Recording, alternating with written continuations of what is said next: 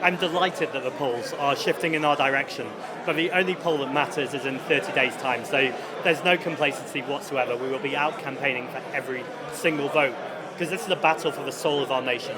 It's the Reform Party versus the Green Party. It's their politics of hate and division versus our politics of hope and tangible plans to lower people's bills, and that's what we intend to take to people in Gorton and Denton. Go ahead and do that. Well, another journalist just said, why is it taking so long to select your candidate? And part of my answer was that we're a genuinely grassroots democratic party, and sure, it might take us an extra day or two compared to the other parties, but that's what democracy should be. I'm absolutely convinced that there are lots of people who'll be putting their name forward, who are based in the community, who are people who can represent this community, and I'm really excited to see who local members pick. Any temptation to put yourself forward for that? No, I'm a Mancunian and I love my city, but actually I serve people in London, so I'll be running for a London seat when the time is right. Well, it shows that a party is interested in nothing but culture wars, is interested in nothing but division. This is a man who was an academic, who was researching far-right radicalism and fell down the rabbit hole himself. And to see some of his views seems like a very strange candidate for an area that is diverse as Gorton and Denton. I'm Mancunian, and I know we will push back against racist policies, as Manchester always has done. Yeah. Well, just a few years ago, when Labour won this seat, we were in a very different picture.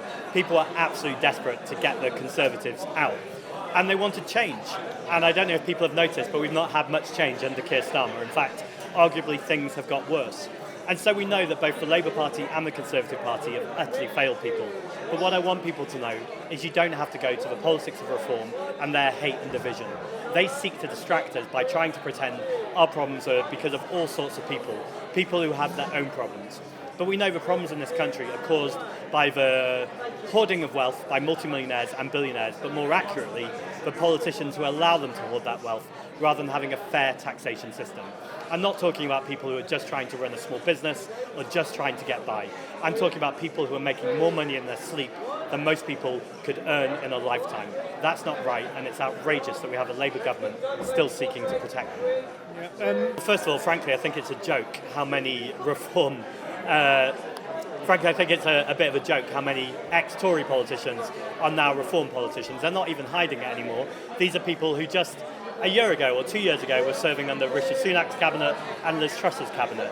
Fair enough if that's what they want to do, but then you can't present yourself as the party of change or the anti-establishment party.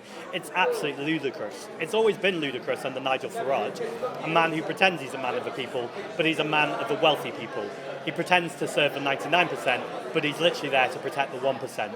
And now the genie is out of the bottle with Nadine Zahawi and Suella Braverman, and I think that's clearer than ever before. Before I was leader of the Green Party, I was really keen for a Labour defection because I thought what that would do was improve our poll ratings and get us more media time. We've done that ourselves. In fact, we've over tripled our membership to 190,000 members, and in fact, we're polling higher than we've ever been before. I'm not complacent, I want to see us do more. But actually, we've got a chance right now in Gorton and Denton to win a Green MP. So we don't need defections. If people want to defect and they share our values, sure, I'm open to that conversation. But I'm much more interested in growing new talent, in building our party, and making sure we're taking the fight to reform. Yeah, just last Commons. It would be huge. Most importantly, it would be huge for Gorton and Denton to actually have a representative who could speak out for them. But sure, for the Green Party to win our 5th Green MP, I think will change the face of British politics, because actually what that tells the entire country is if you want to stop reform and you want to stop Nigel Farage, then you must vote Green. Not just to stop reform, but actually because we're offering a positive alternative. And I really believe that's how we make hope normal again. Yeah.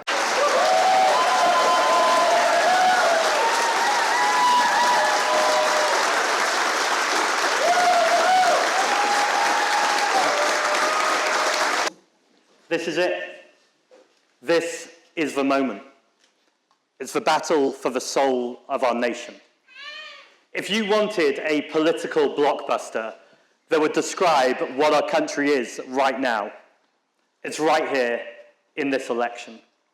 We have a party that is funded by multimillionaires and billionaires and dodgy donors from oil and gas. And then we have our party, a party that is funded by community power, by people who are here right now in this community centre and outside. We have a party that wants to lick the boots of Donald Trump. And then we have our party that wants to protect people in this country and make sure we have a livable future. And then we have a party that wants the politics of hate and division.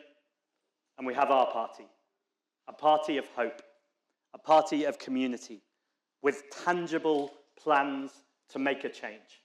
And what are those plans? To lower people's bills, to make sure our water companies are nationalised by stopping shareholder profits.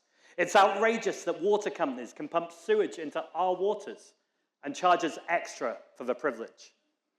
We're the party that wants to defend the National Health Service.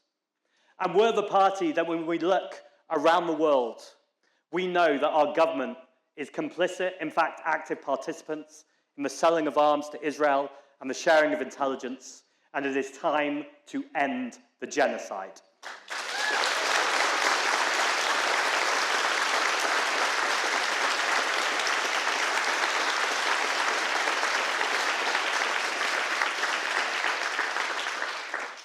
Now, I want to get on to the hopeful alternative in a moment, but let's start with reform. I mean, they're making our point for us when they select candidates like they did today. A liberal academic who was studying far-right ideology before he himself fell down the rabbit hole. I mean, you literally couldn't make it up. And so, I'm a Mancunian. I've been in London a long time, and thanks for the whoop. And I know our city can see a racist, can see a party with racist policies, and we will show them the door.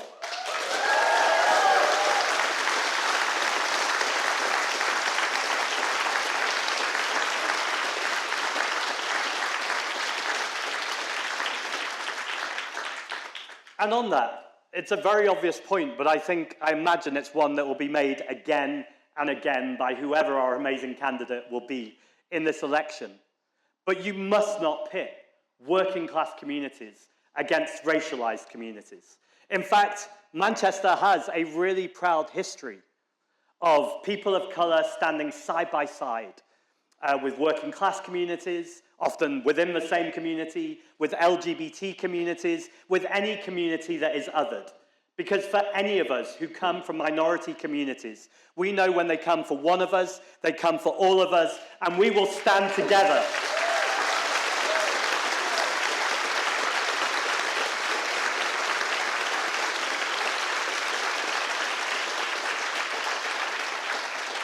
So finally, I want to thank the Pakistani Community Centre for hosting us this evening.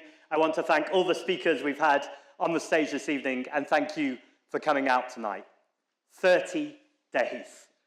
30 days to get this done.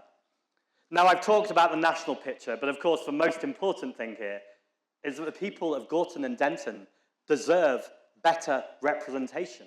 They deserve a fifth, or Manchester's first Green MP, which will be the Green Party's fifth MP. And we know we get that done by going from door to door, from conversation to conversation. Because journalists have had fair questions. They've seen the Green Party in the last few months over triple our membership to 190,000. They've seen us polling better than we ever have in our history. But it all leads to this moment. All these paths lead to this election in 30 days' time. So whether you can spend a few hours or a lot of hours, let's go door to door. Let's have conversation to conversation. Yes, we know reform offers the politics of hate and division, but that's not enough, and nor would we want it to be enough. People deserve better than the worst. People deserve better than little less than worse. People deserve good. People deserve excellent representation. Because, friends, that's how we make hope normal again. Thank you very much.